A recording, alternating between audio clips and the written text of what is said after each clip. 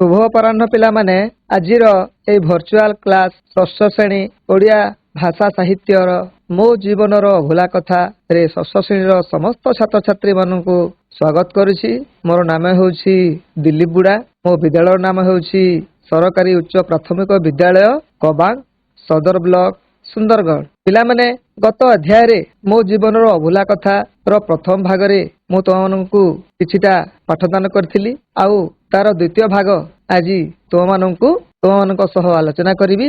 तुम मन ध्यान देई शुणिबो। अच्छा पिला माने मो जीवनर अभूला कथा को लेखक श्रीयुक्त सत्यनारायण राजगुरु जो लिखिछंती तांको जीवन रे घटिथिबा अभूला कथा को नहीं से वर्णना करछंती। तांको आत्मजीवनी मो जीवन संग्राम रे जहा लिखिछंती सेथिरु एई पाठटी आसीछि। आस पिला माने आमे आजिर द्वितीय अध्याय को आगे नेबा। पिला माने आमे गत अध्याय रे पढ़िथिले सत्यनारायण राजगुरु जो जड़े पिलाटी को भेटिथिले जेतेबेले तांको संगी मानक सहित गोटे जगार बसीथिले एवं जड़े पिला आसिला भिक्षा उद्देश्य तांको पाखु आसिला। लेखक तांको पचारिले तमे किए? से कहला मु ब्रह्मचारी मुई मु अनाथ मोर कही नाहंती।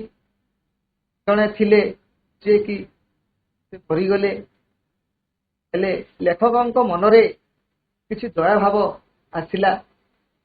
ताकू कहले अच्छा तुमको जदि आमे साहाय्य करिवु बा मु साहाय्य करिवि से तू पाठ पढ़िबु। पिलाटीर मनरे आनंद उत्साह खेलीगला। किंतु किछि समय गला परे तांको सेई पिलाटर मुहटा मलिन देखागला। कारण सेतेबेले शिक्षा लाभ करबा को हेले पैसा न हेले बा टंका न हेले उच्च शिक्षा बा शिक्षा लाभ करी हेउ नथिला। सेति पई दादी कहला मु पैसा आनिबि कोठू आनिबि आ पाठ पढ़ी केमिति? बेले लेखक कहले तांको संगी माननकु समस्ते आस ए पिलाटी को आमे पाठ पढ़ेबा। एई जणे जदि गरीब छात्र आमे जदि पाठ पढ़ी परिबा ताहेले हमर जीवन सार्थक हेबो। मनुष्यता को करि परिबा ताहेले हमर दानर मूल्य बढ़ी जिवो। सेतिकी पर्यंत चलीथिला पिले। आज आमे तार द्वितीय भागटी को आगे नेबा। एहा सुनी मोर संगी माने समस्ते उत्साहित हेले। ए कथा बु जेतेबेले कहली आस ए गरीब पिला को साहाय्य करिबा सेतेबेले मोर संगी माने कहले समस्ते उत्साहित हो गले। किए बही पत्र देला तो किए जामा लुगा ता पई आनी देला। बही पत्र देले जामा लुगा देले। वर्तमान एई दशंधि रे तुमको फ्री रे मागणा रे बही पत्र मिलुची सरकार जोगै देउछंती एवं पोशाक पत्र मध्य जोगै देउछंती मागणा रे। किंतु सेतेबेले नथिला बही पत्र किणा पडुथिला। जामा लुगा से गरीब पिला आनबो कोठू? सेति पई तांकू किए बही पत्र देला तो किए जामा लुगा आनी देला। मु तार खिया पियार बंदोबस्त करिदेली। खाद्य पेयर मु बंदोबस्त कली। के कहिसंती? लेखक कहउछंती राधाकांत मठर महंतंकु अनुरोध करी मु तांको खिया पिया कोठू आनली? राधाकांत मठ जो थिला से तांकर जो मुख्य थिले महंत तांको कहंती महंतंकु अनुरोध करिके जोगाड़ करदेली।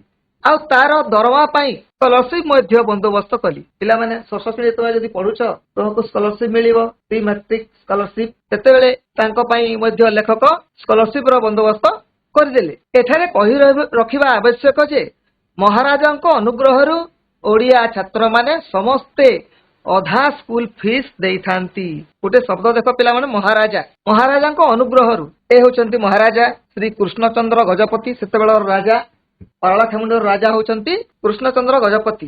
तांकर अनुग्रहरु तांकर दयारु ओडिया छात्र माने समस्ते अधा स्कूल फीस देउथिले। सेतेबेले पुणी मेधावी गरीब छात्र माननकु स्कूल फीस देवा छाड़ होई थाई।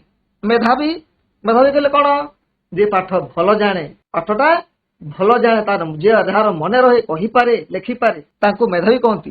ए सेही भली पिला मानकर गरीब छात्र मानकर स्कूल फीस ता सेतेबेले छाड़ होइते फीस देबाकू पड़े नाही। एपरी गरीब छात्र मानकु फ्री स्कॉलरशिप देवा विषय रे जो छोट विचारक मंडली महाराजा गढ़ी थिले सेथिरे मोर नना थिले जणे ସଭ୍ୟ। ଏହିପରି ଫ୍ରି ସ୍କଲାରସିପ ଦେବା ବିଷୟରେ ଗୋଟିଏ କମିଟି ଥିଲା, ବିଚାରକ ମଣ୍ଡଳୀ। କେଉଁ ପିଲା ଫିସ୍ ଦବ, କୋଉ ପିଲାର ମାଗଣା ସେ ପାଠ ପଢିବ, କୋଉ ପିଲା ଭଲ ପଢିବ ତାଙ୍କୁ ଫ୍ରିରେ ପଢେଇବୁ। ସେଇ ଗୋଟେ କମିଟିରେ ମୋର ନନା, ଲେଖକଙ୍କର ନନା, ନନା କହିଲେ ବାପା, ତାଙ୍କର ନନା ଥିଲେ ଜଣେ ସଭ୍ୟ। ତାଙ୍କୁ କହି ବ୍ରହ୍ମଚାରୀ ପାଇଁ ଗୋଟିଏ ଅବୈତନିକ ସ୍ଥାନ ଯୋଗାଡ଼ କଲି। ତାଙ୍କୁ କହି, ନନାଙ୍କୁ କହି ଗୋଟିଏ ଅବୈତନିକ ସ୍ଥାନ। ଅବୈତନିକ କହିଲେ କଣ ବୁଝିଲ ପିଲାମାନେ? ଅବୈତନିକ କହିଲେ, ବେତନ କହିଲେ ଯୋଉ ଦରମା, ଯେ କାର୍ଯ୍ୟ କରନ୍ତି ଦରମା ନିଅନ୍ତି। ଅବୈତନିକ ମାନେ କଣ?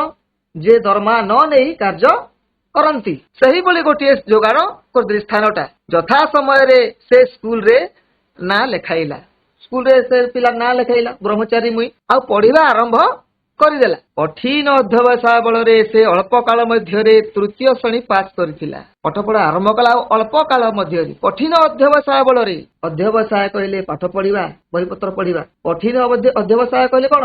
ମନ ଦେଇ ପାଠ ପଢିବା। ତମେମାନେ ମଧ୍ୟ, ମୁଁ ତମକୁ ଅନୁରୋଧ କରୁଛି, ତମେମାନେ ମଧ୍ୟ ଯେତେବେଳେ ତୁମର କାର୍ଯ୍ୟ ହଉଛି, କର୍ତ୍ତବ୍ୟ ହଉଛି ଏବେ ପାଠ ପଢିବା, ଅଧ୍ୟବସାୟ କରିବା। ତମେମାନେ କଠିନ ଅଧ୍ୟବସାୟ କଲେ ତମର ନିଶ୍ଚିତ ଭାବରେ ମନେ ରହିବ, ପରୀକ୍ଷାରେ ଭଲ କରିବ, ବାପା ମାଙ୍କର ନାଁ ରଖିବ ଏବଂ ଜୀବନରେ ତୁମର ଭବିଷ୍ୟତରେ ଜଣେ ସୁନାଗରିକ ହୋଇ ବାହାରିବ।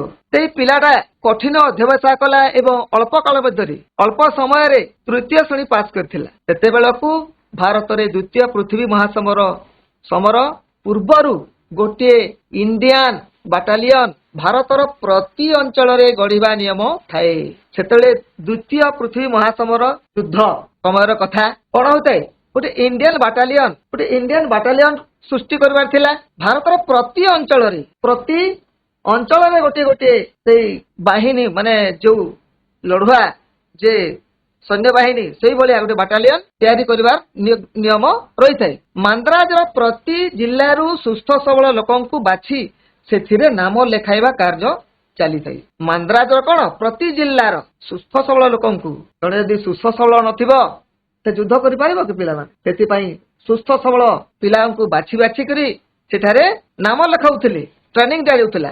ମହାରାଜାଙ୍କ ଉପରେ ଭାର ଦିଆଗଲା ଗଞ୍ଜାମରୁ ବାଳକମାନଙ୍କୁ ବାଛି ଯୁଦ୍ଧ ଶିକ୍ଷା କରିବାକୁ ପଠେଇବା ପାଇଁ। ମହାରାଜାଙ୍କ ଉପରେ ତାର ଭାର ଦିଆଗଲା, ଦାୟିତ୍ୱ ଦିଆଗଲା। ମହାରାଜାଙ୍କୁ କୁହାଗଲା, ତୁମେ ତୁମ ଅଞ୍ଚଳରୁ କେତେ ଜଣ ପିଲାଙ୍କୁ ଦିଅ, ପଠାଅ, ଆମେ ତାଙ୍କୁ ତାଲିମ ଦେବୁ ବୋଲି କୁହାଗଲା। ଗଞ୍ଜାମରୁ ଦିନେ କଲେଜରେ ଗୋଟିଏ ବିରାଟ ସଭାରେ ମହାରାଜା ଭାଷଣ ଦେଇ ଆହ୍ୱାନ କଲେ, ଯେଉଁ ଛାତ୍ରମାନେ ସମର ଶିକ୍ଷା କରିବାକୁ ଇଚ୍ଛା କରନ୍ତି ସେମାନେ ଠିଆ ହୁଅନ୍ତୁ।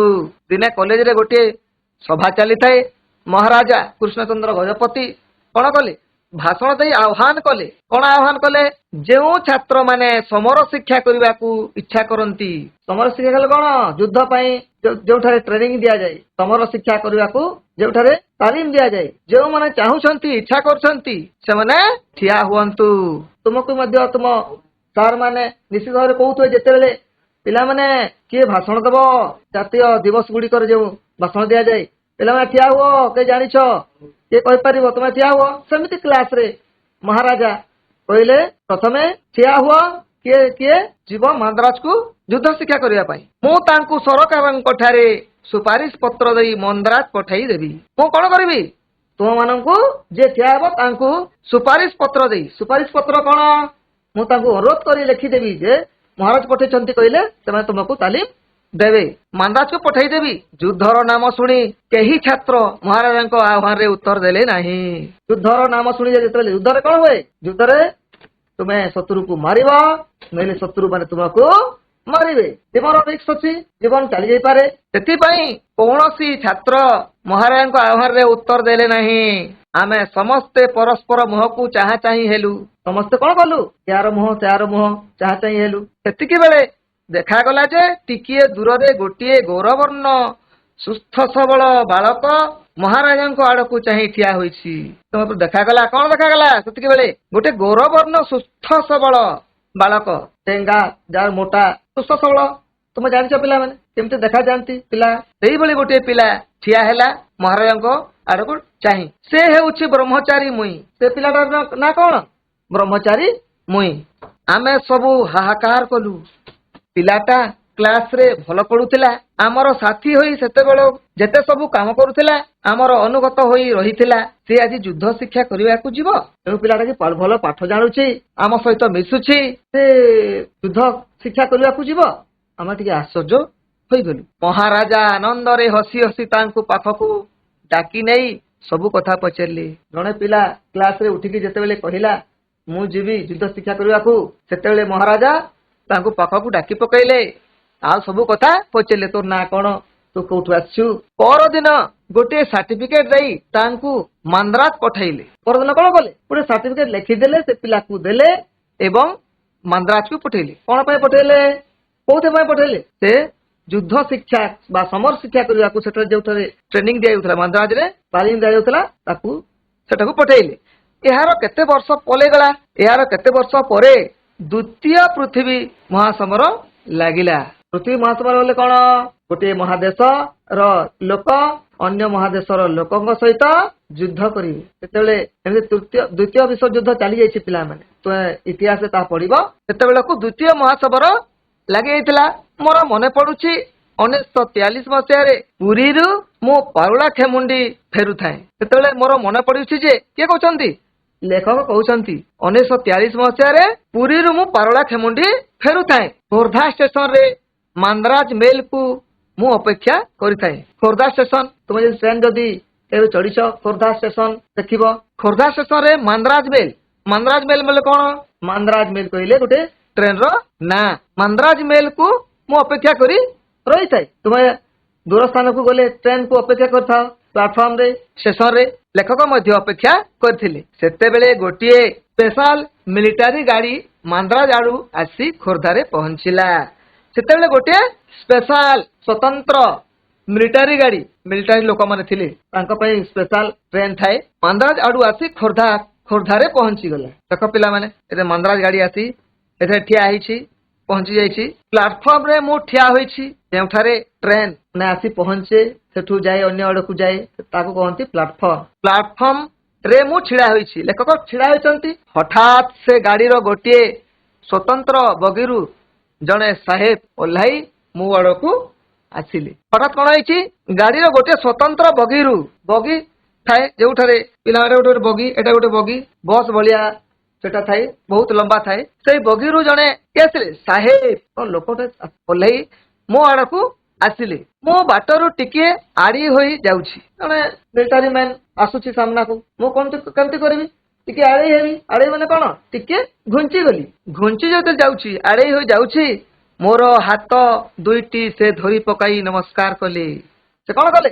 ହାତକୁ ଜାବୁଡି ଧରିଲେ ଏବଂ ନମସ୍କାର ହେଲେ। ମୁଁ ଅବାକ, ଏ କିଏ? ମୁଁ ଅବାକ ହେଇଗଲି, ଆଶ୍ଚର୍ଯ୍ୟ ହେଇଗଲି। ଜଣେ ମିଲିଟାରୀ ଲୋକଟା ଆସିକି ମତେ ନମସ୍କାର ହଉଛି, ମୁଁ ଆଶ୍ଚର୍ଯ୍ୟ ହେଇଗଲି। ଏ କିଏ? ମୁଁ ମନେ ଭାବିଲି, ଏ କିଏ ମତେ କାହିଁକି ନମସ୍କାର କରୁଛନ୍ତି? ସେ ଜଣେ ବଡ ଅଫିସର, ସେ ମତେ କାହିଁକି ନମସ୍କାର କରୁଛନ୍ତି? ମୁଁ ଆଶ୍ଚର୍ଯ୍ୟ ହୋଇ ତାଙ୍କ ମୁହଁକୁ ଚାହିଁଥାଏ। ମୁଁ ଆଶ୍ଚର୍ଯ୍ୟ ଭାବରେ ତାଙ୍କୁ ଚାହିଁଥାଏ। ମିଲିଟାରୀ ଡ୍ରେସ ମଣ୍ଡିତ ଜଣେ ଉଚ୍ଚ କର୍ମଚାରୀ, ସେ ମିଲିଟାରୀ ଡ୍ରେସ ପିନ୍ଧିଛି ସେ। ଆଉ ସେ ଜଣେ କଣ? ଜଣେ ଉଚ୍ଚ କର୍ମଚାରୀ, ଗୋରା ତକ୍ ତକ୍, ସୁସ୍ଥ ସବଳ କାୟ। ସେ ଦେଖିବାକୁ କେମିତି? ଗୋରା ତକ୍ ତକ୍, ଧଳା ରଙ୍ଗ, ଗୋରା ତକ୍ ତକ୍, ସୁସ୍ଥ ସବଳ କାୟ, ସୁସ୍ଥ ବ୍ୟକ୍ତି। ମିଲିଟାରୀରେ ସେମିତି ଛୋଟ ବା ଗେଡା ଲୋକକୁ ନେବେନି, ଲୋକ ମାନେ ହାଡୁଆ ଯାହା କହନ୍ତି ଆମେ, ଯେ ତାର ଯଦି ହେଲ୍ଥ ନଥିବ ନେବେ ନାହିଁ। ସେ ଲୋକଟା ଦେଖିବାକୁ କେମିତି? ସେ ମିଲିଟାରୀ ଲୋକଟା ଗୋରା ତକ୍ ତକ୍, ସୁସ୍ଥ ସବଳ କାୟ। ସେ ହ୍ୟାଟ୍ ଖଣ୍ଡିକ ବାହାର କରି ସ୍ପଷ୍ଟ ଓଡିଆରେ କହିଲେ, ହ୍ୟାଟ୍। ହ୍ୟାଟ୍ ମାନେ କଣ? ଏଟା ଦେଖ, ହ୍ୟାଟ୍ ଟୋପି। ହ୍ୟାଟ୍କୁ ଖୋଲିଦେଲେ। ସେ ହ୍ୟାଟ୍କୁ ଖୋଲି ଦେଇ ଓଡିଆରେ କହିଲେ, ସ୍ପଷ୍ଟ ଓଡିଆରେ କହିଲେ। କଣ କହିଲେ? ଚିହ୍ନି ପାରୁନାହାନ୍ତି? ଆଉ ମତେ ଚିହ୍ନି ପାରୁନାହାନ୍ତି? ତୁମେ ଦେଖିବ ପିଲାମାନେ, ତୁମେ ଯଦି କାହାକୁ ଚିହ୍ନା ଲୋକକୁ ଭେଟିବ, ତାଙ୍କୁ ନମସ୍କାର ହେବ, ତାହେଲେ ଯଦି ସେ ଚିହ୍ନି ପାରିନଥିବେ, ସେ କହିବେ, କିଏ? ମୁଁ ତ ଚିହ୍ନି ପାରିଲିନି, ତୁ କିଏ? ସେଇଭଳି ଲେଖକ ଚିହ୍ନି ପାରିଲେ ନାହିଁ ତାକୁ। ସେ ସ୍ପଷ୍ଟ ଓଡିଆରେ ସେ କହିଲେ, ସେ ବ୍ୟକ୍ତି ଜଣକ ଚିହ୍ନି ପାରୁନାହାନ୍ତି? ମୁଁ ପରା ଆପଣଙ୍କର ସେହି ବ୍ରହ୍ମଚାରୀ ମୁଇଁ। ମୁଁ କିଏ? ମୁଁ ପରା ଆପଣଙ୍କର ସେଇ ବ୍ରହ୍ମଚାରୀ ମୁଇଁ। ବ୍ରହ୍ମଚାରୀ ଯେ କି ଭିକ ମାଗୁଥିଲା ଦିନେ, ସେଇ ପିଲା। ଆପଣଙ୍କ କରୁଣାରୁ ମୁଁ ଆଜି ଏହି ଲେଫ୍ଟନାଣ୍ଟ ପଦବୀରେ ନିଯୁକ୍ତ ହୋଇପାରିଛି। ଆପଣଙ୍କ କରୁଣାରୁ, ଆପଣଙ୍କର ଦୟାରୁ, ଆପଣ ଯେଉଁ ସାହାଯ୍ୟ କରିଥିଲେ, ସେଥି ଯୋଗୁଁ ହିଁ ଆଜି ମୁଁ ଏହି ଲେଫ୍ଟନାଣ୍ଟ ପଦବୀରେ ନିଯୁକ୍ତ ହୋଇ ପାରିଛି। ଲେଫ୍ଟନାଣ୍ଟ ଲେଫ୍ଟନାଣ୍ଟ କଣ ଇଂରାଜୀ ଶବ୍ଦ, ମିଲିଟାରୀର ଯେ ମୁଖ୍ୟ ଥାନ୍ତି ତାଙ୍କୁ କୁହାଯାଏ ଲେଫ୍ଟନାଣ୍ଟ। ଦେଖ ପିଲାମାନେ ତାଙ୍କ ଗୁରୁକୁ ଭେଟିଛନ୍ତି। ମୁଁ ଆଶ୍ଚର୍ଯ୍ୟ ହେଲି, ମୁଁ ଆଶ୍ଚର୍ଯ୍ୟ ହେଲି, ଲେଖକ ଆଶ୍ଚର୍ଯ୍ୟ ହୋଇଗଲି ଯେତେବେଳେ ସେ ପିଲାଟା ଭିକ ମାଗୁଥିଲା, ଆଜି ତାଙ୍କୁ ଦେଖିଯାଇଛି ଲେଫ୍ଟନାଣ୍ଟ ପଦବୀରେ ସେ ଅଛନ୍ତି, ସେ ପିଲାଟା ଅଛି, ହେଲେ ଆଶ୍ଚର୍ଯ୍ୟ ହେବେ କି ନାହିଁ? ସେଥିପାଇଁ ଲେଖକ ଆଶ୍ଚର୍ଯ୍ୟ ହୋଇଗଲି। ସତେ ଯେପରି ଗୋଟିଏ ନଗଣ୍ୟ ଭିକାରୀ ଆଜି ଦେଶ ମାତୃକାର ସେବାରେ ଉଚ୍ଚତମ ସ୍ଥାନ ଅଧିକାର କରିଛି। ସତେ ଯେପରି ଗୋଟିଏ ନଗଣ୍ୟ ଭିକାରୀ, ଜଣେ ଭିକାରୀ, ସାମାନ୍ୟ ଭିକାରୀଟା ଆଜି କଣ ହେଇଛି?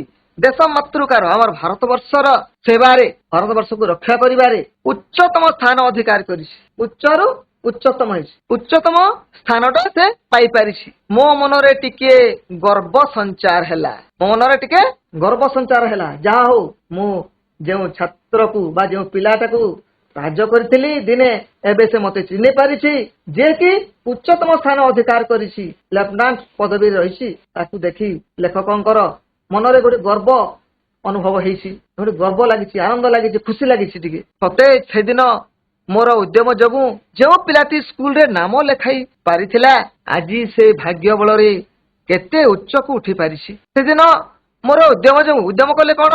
ଉଦ୍ୟମ କହିଲେ ଚେଷ୍ଟା। ମୋର ଏହି ଚେଷ୍ଟା ଯୋଗୁଁ ଯେଉଁ ପିଲାଟି ସ୍କୁଲରେ ନାମ ଲେଖାଇ ପାରିଥିଲା, ଯେ ପିଲାଟା ମୋ ଚେଷ୍ଟା ପାଇଁ ହିଁ ନାମ ଲେଖାଇ ପାରିଲା, ଭିକ ମାଗୁଥିଲା ଯେ ପିଲାଟା, ତାଙ୍କୁ ମୁଁ ଚେଷ୍ଟା କଲି ଏବଂ ନାମ ଲେଖାଇଲି। ମୁଁ ଲେଖାଇଥିଲି, ସେ ନାମ ଲେଖାଇ ପାରିଥିଲା, ଆଜି ସେଇ ଭାଗ୍ୟ ବଳରେ କେତେ ଉଚ୍ଚକୁ ଉଠି ପାରିଛି। ସତେ ତାଙ୍କ କେତେ ଗର୍ବ ଅନୁଭବ ହେଇଛି। ତେଣୁ ସୁବିଧା ଓ ପାରିପାର୍ଶ୍ୱିକ ଅବସ୍ଥା ହିଁ ମନୁଷ୍ୟକୁ ଉଚ୍ଚ କିମ୍ବା ନିଚ କରିଥାଏ। ତେଣୁ ତୁମେ କଣ ଜାଣିଲ? ସୁବିଧା ଓ ପାରିପାର୍ଶ୍ୱିକ ଅବସ୍ଥା, ଯଦି ସୁବିଧା ନଥିବ, ପାରିପାର୍ଶ୍ୱିକ ଅବସ୍ଥା ଠିକ ନଥିବ, ତାହେଲେ କେମିତି ହବ? ତେଣୁ ସୁବିଧା ଓ ପାରିପାର୍ଶ୍ୱିକ ଅବସ୍ଥା ହିଁ ମନୁଷ୍ୟକୁ ଉଚ୍ଚ କିମ୍ବା ନିଚ କରିଥାଏ। ଗୋଟେ ସୁବିଧାଟେ ଥିବ, ଜଣକୁ ଉଚ୍ଚ ହେବା ପାଇଁ ଗୋଟେ ସୁବିଧା ଥିବ। ପାରିପାର୍ଶ୍ୱିକ ମାନେ ଚାରି ଦିଗ, ପରିବେଶ ଯଦି ଭଲ ଥିବ, ଅବସ୍ଥା ଯଦି ଠିକ ଥିବ, ତାହେଲେ ଉଚ୍ଚ ହେଇପାରିବ। ଆଉ ଯଦି ଅବସ୍ଥାଟା, ପାରିପାର୍ଶ୍ୱିକ ଅବସ୍ଥା ଯଦି ନଥିବ, ଭଲ ନଥିବ, ସୁବିଧା ନଥିବ, ତାହେଲେ ମନୁଷ୍ୟ ତଳକୁ ଖସି ଯାଇପାରେ। ଯାହାକି ଏଇ ବ୍ରହ୍ମଚାରୀ ମୁଇଁ ଯେଉଁ ଭିକାରୀ ଥିଲା, ତାକୁ ଉଚିତ ସୁବିଧା ମିଳିଲା, ଉଚିତ ଶିକ୍ଷା ମିଳିଲା, ସହଯୋଗ ମିଳିଲା, ତାର ପାରିପାର୍ଶ୍ୱିକ ଅବସ୍ଥା ଠିକ ଥିଲା। ତେଣୁ ସେ ମେଧାବୀ ଛାତ୍ରଟା ବା ସେଇ ଭିକାରୀଟା ଦିନେ ଜଣେ ଲେଫ୍ଟନାଣ୍ଟ ପଦବୀରେ ନିଯୁକ୍ତ ହୋଇ ପାରିଥିଲା। ପିଲାମାନେ, ଗୋଟେ ଚାରା ଗଛଟେ ଅଛି, ସେ ଚାରା ଗଛକୁ ତୁମେ ଯଦି ଠିକ ଜାଗାରେ ରଖିଲ, ଲଗେଇଲ, ଗଛକୁ ଲଗେଇଲ, ତାକୁ ବାଡ଼ ଦେଲ, ତା ଚାରିପାଖରେ ଯେମିତି ଗାଈ ଗୋରୁ ପଶି ପାରିବେ ନାହିଁ, ଖାଇପାରିବେ ନାହିଁ, ଏବଂ ତାର ଯାହା ଦରକାର, ସେ ଚାରାକୁ ଯାହା ଦରକାର, ଖତ, ସାର, ପାଣି ଦରକାର, ତାକୁ ତାର ଯଦି ଯତ୍ନ ରଖିଲ, ଘାସ ସଫା କରିକି, ତାହେଲେ ସେ ଦିନେ ଛୋଟ ଚାରା ଗଛଟା ମାନେ ବହୁତ ବଡ ହେଇପାରିବ, ତମର ଜୀବନରେ ବା ମନୁଷ୍ୟ ଜାତିର କଲ୍ୟାଣରେ ଲାଗିପାରିବ। ସେଥିପାଇଁ ଏଠାରେ କୁହାଗଲା, ସୁବିଧା ଓ ପାରିପାର୍ଶ୍ୱିକ ଅବସ୍ଥା ଯଦି ଠିକ ଥାଏ, ତାହେଲେ ଜଣେ ଉଚ୍ଚ ହେଇପାରିବ, ଆଉ ଯଦି ଠିକ ନଥିବ, ତାହେଲେ ସେ କଣ ହବ? ନିଚକୁ ଚାଲି ଯାଇପାରେ। ପିଲାମାନେ, ତୁମର ପାରିପାର୍ଶ୍ୱିକ ଅବସ୍ଥାଟା ଏବେ ଭଲ ଅଛି, ତମେ କଣ କରୁଛ? ତୁମେ ପାଠ ପଢୁଛ, ବିଦ୍ୟାଳୟ ଅଛି, ସୁବିଧା ଅଛି, ସୁଯୋଗ ଅଛି, ପାରିପାର୍ଶ୍ୱିକ ଅବସ୍ଥା ମଧ୍ୟ ଠିକ ଅଛି। ତେଣୁ ତୁମେ ଚାହିଁଲେ, ତୁମର ମଧ୍ୟ ଯଦି ମନ ଥିଲେ, ତୁମେ ଯଦି ମନ ଧ୍ୟାନ ଦେଇ କଠିନ ଅଧ୍ୟବସାୟ କରିବ, ତାହେଲେ ଦିନେ ତୁମେ ମଧ୍ୟ ଉଚ୍ଚକୁ ଯାଇ ଚାଲି ଯାଇପାର। ତୁମକୁ ସେଥିପାଇଁ ମୁଁ ଆଉ ଥରେ ଅନୁରୋଧ କରୁଛି, ତୁମେ କଠିନ ଅଧ୍ୟବସାୟ କର। ଯେଉଁ ବାଳକଟା, ଜଣେ ଭିକାରୀଟା ସୁଯୋଗ ପାଇଲା ଏବଂ ଲେଫ୍ଟନାଣ୍ଟ ପଦବୀରେ ଉନ୍ନୀତ ହୋଇପାରିଲା, ତୁମେ ମଧ୍ୟ ଚାହିଁଲେ ଏବେଠୁ ପରିଶ୍ରମ କଲେ ଦିନେ ନିଶ୍ଚିତ ଭାବରେ ସୁନାଗରିକ ହୋଇ ବାହାରିବ। ତୁମର ନିଜର ମଙ୍ଗଳ ହେବ, ବାପା ମାଙ୍କର ନାଁ ରଖିବ, ପରିବାର ନାଁ ରଖିବ, ଗାଁର ନାଁ ରଖିବ ଏବଂ ଆମ ଭାରତ ବର୍ଷର ମଧ୍ୟ ନାଁ ରଖିବ। ପିଲାମାନେ, ଆମେ ଏବେ କିଛି କଠିନ ଶବ୍ଦ ଆଲୋଚନା କରିବା। ଅଧ୍ୟବସାୟ, କଠିନ ଅଧ୍ୟବସାୟ ପଢିଥିଲା ପିଲାମାନେ। ଅଧ୍ୟବସାୟ କଲେ କଣ? ପାଠ ପଢିବା, ପାଠ ପଢିବା। ଅବୈତନିକ, ବିନା ଦରମାରେ କାର୍ଯ୍ୟ କରିବା। ଯୋଉ ପିଲାଟିକୁ ଯୋଉ ନାଁ ଲେଖେଇଥିଲେ, ଅବୈତନିକ ଯୋଉ ୱାର୍ଡ ଥିଲା। ମେଧାବୀ, ଯିଏ ପାଠ ଭଲ ଜାଣେ। ତୁମେ ମାନେ ମଧ୍ୟ ଯଦି ପଢିବ ଭଲ, ତାହେଲେ ତୁମେ ମେଧାବୀ ଛାତ୍ର ହୋଇପାରିବ। ତାପରେ ଆଉ ଗୋଟେ ଦେଖ, ଅନୁଗ୍ରହ। ଅନୁଗ୍ରହ ହେଲେ କଣ? ଦୟା ପରବଶ ହୋଇ ବା ଅନୁରୋଧ। ଅନୁଗ୍ରହ କହିଲେ ଦୟା ପରବଶ ବା ଅନୁରୋଧ। ଗର୍ବ ସଞ୍ଚାର, ଯୋଉ ଲେଖକଙ୍କ ମନରେ ଗର୍ବ ସଞ୍ଚାର ହେଲା, ଗର୍ବୀ ମନୋଭାବ, ମନଟା ତାଙ୍କର ଗର୍ବ ଲାଗିଲା ତାଙ୍କୁ, ଯେତେବେଳେ ସେ ତାଙ୍କର ଛାତ୍ରକୁ ବା ତାଙ୍କୁ ଯେଉଁ ସାହାଯ୍ୟ କରିଥିଲେ ସେ ପିଲାଟାକୁ ଦେଖି ତାଙ୍କର ମନରେ ଗର୍ବ ଆସିଥିଲା। ସେ ପିଲାମାନେ ତୁମକୁ କେତେ ଗୋଟିଏ ପ୍ରଶ୍ନ ମୁଁ ଏବେ କହିବି, ତୁମେ ନିଶ୍ଚିତ ଭାବରେ ଉତ୍ତର ଦେବାକୁ ଚେଷ୍ଟା କରିବ। ମିଲିଟାରୀ ପୋଷାକ ପିନ୍ଧିଥିବା ଯୁବକଙ୍କର ନାଁ କଣ? ପିଲାମାନେ ଏହାର ଉତ୍ତର ହେଲା ବ୍ରହ୍ମଚାରୀ ମୁଇଁ। ମିଲିଟାରୀ ପୋଷାକ ପିନ୍ଧିକି ଯେତେବେଳେ ଟ୍ରେନରୁ ଓହ୍ଲାଇଲେ ତାଙ୍କର ସେ ପିଲାଟା କିଏ ଥିଲେ? ବ୍ରହ୍ମଚାରୀ ମୁଇଁ। ଆଉ ଗୋଟେ ପ୍ରଶ୍ନ ପିଲାମାନେ, ରାଜା ସମର ଶିକ୍ଷା ପାଇଁ କେଉଁଠାକୁ ପଠାଉଥିଲେ? କାହାକୁ ପଠାଉଥିଲେ କି? ପିଲାମାନଙ୍କୁ ପଠାଉଥିଲେ ସମର ଶିକ୍ଷା ପାଇଁ। କେଉଁଠାକୁ ପଠାଉଥିଲେ? ପିଲାମାନେ ମୋ କଥା ହଁ ପିଲା ଠିକ ଅଛି କୁହନ୍ତୁ। ରାଜା ସମର ଶିକ୍ଷା ପାଇଁ କେଉଁଠାକୁ ପଠାଉଥିଲେ? ଠିକ ଅଛି, ବହୁତ ଧନ୍ୟବାଦ। ଯେଉଁ ପିଲା ଉତ୍ତର କହିଛନ୍ତି ତାଙ୍କୁ ଧନ୍ୟବାଦ। ଠିକ ଅଛି, ଧନ୍ୟବାଦ ମାନ୍ଦ୍ରାଜ, ଉତ୍ତର ଠିକ ଅଛି। ଲେଖକ ସାହାଯ୍ୟ କରିଥିବା ପିଲାଟି ସହିତ କେଉଁ ପରିସ୍ଥିତିରେ ଦେଖା ହେଲା? ଲେଖକ ତାଙ୍କୁ ଭେଟିଥିଲେ, ସେ ପିଲାଟାକୁ କେଉଁ ପରିସ୍ଥିତିରେ ଭେଟିଥିଲେ? ତ ଦେବାକୁ ଚେଷ୍ଟା କର। ଭିକ ମାଗୁଥିଲା ସେତେବେଳେ ପିଲାଟି ସହିତ ଦେଖା ହେଲା। ହଁ ଠିକ ଅଛି, କିନ୍ତୁ ଲେଖକ ଆଉ ଥରେ ପିଲେ ଲେଖକ ଯୋଉ ସାହାଯ୍ୟ କଲେ ତାପରେ କେଉଁ ପରିସ୍ଥିତିରେ? ଆମେ ଠିକ କହିଥିଲୁ ସାର୍। ଦେଖ ପିଲାମାନେ, ଯେତେବେଳେ ଲେଖକ ଟ୍ରେନ କୁ ଅପେକ୍ଷା କରିଥିଲେ ସେତେବେଳେ ମିଲିଟାରୀ ପିଲାଟେ ବାହାରିଲା। ଖୋର୍ଦ୍ଧା ଷ୍ଟେସନରେ ମିଲିଟାରୀ ଗାଡି ଆସି ପହଞ୍ଚିବା ବେଳକୁ ସେଟା ତ ପ୍ରଥମେ ସେଟା ଭିକ ମାଗୁଥିଲା, ତା ସହିତ ଦେଖା ହେଲା, ସାହାଯ୍ୟ କରିସାରିଲେ। ତାପରେ ଆଉ ଗୋଟେ ବ୍ରହ୍ମଚାରୀ ମୁଇଁର ଭବିଷ୍ୟତ ଗଠନରେ ଲେଖକଙ୍କ ଭୂମିକା କଣ? ବ୍ରହ୍ମଚାରୀ ମୁଇଁର ଭବିଷ୍ୟତ ଗଠନରେ ଲେଖକଙ୍କ ଭୂମିକା କଣ? ଉତ୍ତର ଦେବାକୁ ଚେଷ୍ଟା କର, ଭୁଲରେ ଚଳିବ। ପିଲାମାନେ ଲେଖିନିଅ, ଏଟାକୁ ନୋଟ କରିନିଅ। ଲେଖକ ପିଲାଟିର ପାଠ ପଢା ଦିଗରେ କରିଥିବା ସାହାଯ୍ୟ ଓ ସହଯୋଗ। ଲେଖକ ସେ ପିଲାଟାକୁ ସାହାଯ୍ୟ କଲେ ଏବଂ ସହଯୋଗ ମଧ୍ୟ କରିଥିଲେ, ତାଙ୍କର ଭୂମିକା ସେତିକି ଥିଲା। ଆଉ ଗୋଟେ ପ୍ରଶ୍ନ ପିଲାମାନେ ଯେମିତି ହେଲେ ଉତ୍ତର ଦେବାକୁ ଚେଷ୍ଟା କର। ଏହି ପ୍ରବନ୍ଧରୁ ତୁମେ କି ଶିକ୍ଷା ପାଇଲ? ଏହି ପ୍ରବନ୍ଧରେ ତୁମର କି ଶିକ୍ଷା ଗୁଡିକ ଅଛି? କେଉଁ ଗୁଣ ଅଛି? ଜଣଙ୍କୁ ସାହାଯ୍ୟ କରିବା। ବହୁତ ଧନ୍ୟବାଦ, ଯାହା ବି କହିଲ ଠିକ ଅଛି। ପରୋପକାର ମାନେ ଅନ୍ୟକୁ ଉପକାର କରିବା। ତାପରେ ଆଉ ଗୋଟେ ଗୁଣ ଦେଖ, ଉଚ୍ଚ କିମ୍ବା ନିଚ ହେବା ପାଇଁ ସୁବିଧା ପାରିପାର୍ଶ୍ୱିକ ଅବସ୍ଥାର ଆବଶ୍ୟକତା ମଧ୍ୟ ରହିଛି। ଏହି ଶିକ୍ଷା ଆମେ ପାଇଲୁ ଏହି ପ୍ରବନ୍ଧରୁ। ଆଉ ଉପକାରୀ ବ୍ୟକ୍ତିଙ୍କ ମହତ୍ଵ, ଯିଏ ତୁମକୁ ଉପକାର କରିବ ତାର ମହତ୍ଵଟା ବଢି ଯାଇଥାଏ, ସେଟା ମଧ୍ୟ ଆମେ ଭୁଲିବା ନାହିଁ। ତୁମକୁ ଯିଏ ଉପକାର କରିଥାଏ, ସାହାଯ୍ୟ କରିଥାଏ, ସେଇଟା ଆମେ ମଧ୍ୟ ଏଥିରେ ଶିକ୍ଷା ଲାଭ କଲୁ। ଏଇ ବାକ୍ୟ ଗଠନ ଗୁଡାକ ତୁମେ କହିବାକୁ ଚେଷ୍ଟା କରିବ। ଉତ୍ସାହିତ ଯିଏ କହିପାରିବ ବାକ୍ୟ ଗୋଟେ, ଏଗୁଡିକ ନୋଟ କରିନିଅ। ଏବେ ଯଦି କହିପାରିବ ନାହିଁ ତାହେଲେ ତୁମ ନିଜ ସାର୍କୁ ଲେଖିକି ଦେଖେଇବ। ଉତ୍ସାହିତ, ତାପରେ ମେଧାବୀ, ତାପରେ ଆଉ ଗୋଟେ ଶବ୍ଦ ହଉଛି ନିଯୁକ୍ତି। ଭଲ ଭଲ, ଗୁଡ ଗୁଡ, ବହୁତ ବଢିଆ। ତାପରେ ମେଧାବୀ ଆମେ ଯଦି ଚେଷ୍ଟା କରିବା, ମେଧାବୀ ଜଣେ ଭଲ ଝିଅ। ମେଧାବୀ ଗୋଟେ ନାଁ ନୁହଁ, ମେଧାବୀଟା ହଉଛି ଗୋଟେ ଭଲ ପାଠ ଭଲ ଜାଣେ। ତୁମେ ମାଧବୀ ବୋଲି ବୁଝନି, ଏଟା ତାର ମେଧାବୀ ଏଗୁଟା। ଆମେ ଭଲ ପାଠ ପଢିଲେ ବା ଚେଷ୍ଟା କଲେ ମେଧାବୀ କହିପାରିବା। ଆଉ ତାପରେ ନିଯୁକ୍ତି, ଆମେ ଭଲ ପାଠ ପଢି ନିଯୁକ୍ତ ହେବା, ନିଯୁକ୍ତି ମିଳେ। ନିଯୁକ୍ତି ମିଳେ, ଭଲ ଭଲ, ବଢିଆ ବଢିଆ। ଉଦ୍ୟମ କଲେ ଚେଷ୍ଟା। ଆମେ ଚେଷ୍ଟା କରିଲେ ବଡ ମଣିଷ ହେବା। ତାକୁ ଉଦ୍ୟମ, ଚେଷ୍ଟା ଜାଗାରେ ଉଦ୍ୟମ ଲଗେଇବ। ଆଜ୍ଞା ହଁ। ସୁପାରିଶ, ଆମେ ଉଦ୍ୟମ କରିଲେ ଭଲ ମଣିଷ। ଠିକ ଅଛି, ଭଲ। ତୁମେ ଭଲ କହିପାରୁନ, କୁହ। ଆଉ ଗୋଟେ ଶବ୍ଦ ରହିଲା ସୁପାରିଶ। ଠିକ ଅଛି, ଏଇ ଶବ୍ଦ ଗୁଡାକ ଲେଖିନିଅ। ତୁମେ ବହିରୁ ଦେଖିକି ସାର୍ଙ୍କୁ ପଚାରିକି ଗୋଟେ ବା ଦୁଇଟା ବାକ୍ୟ ଗଠନ କରିବ। ତାପରେ ଆଉ ଗୋଟେ ପ୍ରଶ୍ନ ରହିଲା, ଖିଆପିଆ ପରି ଆଉ କେତୋଟି ଶବ୍ଦ କୁହ। ଯେମିତି ଧରାଧରି, ପେଲାପେଲି, ଛଣାଛୁଡ଼ି। ଆଉ କେମିତି, ଆଉ କୋଉଠି ଶବ୍ଦ ହେଇପାରିବ ଲେଖିବ। ବିପରୀତ ଶବ୍ଦ ତାପରେ ଅଛି ଛାତ୍ରର ବିପରୀତ କଣ ହେବ? ଛାତ୍ରର ବିପରୀତ ଶବ୍ଦ କଣ ହେବ? ଛାତ୍ରୀ। ଧନ୍ୟବାଦ। ଛାତ୍ରୀ। ଅପେକ୍ଷା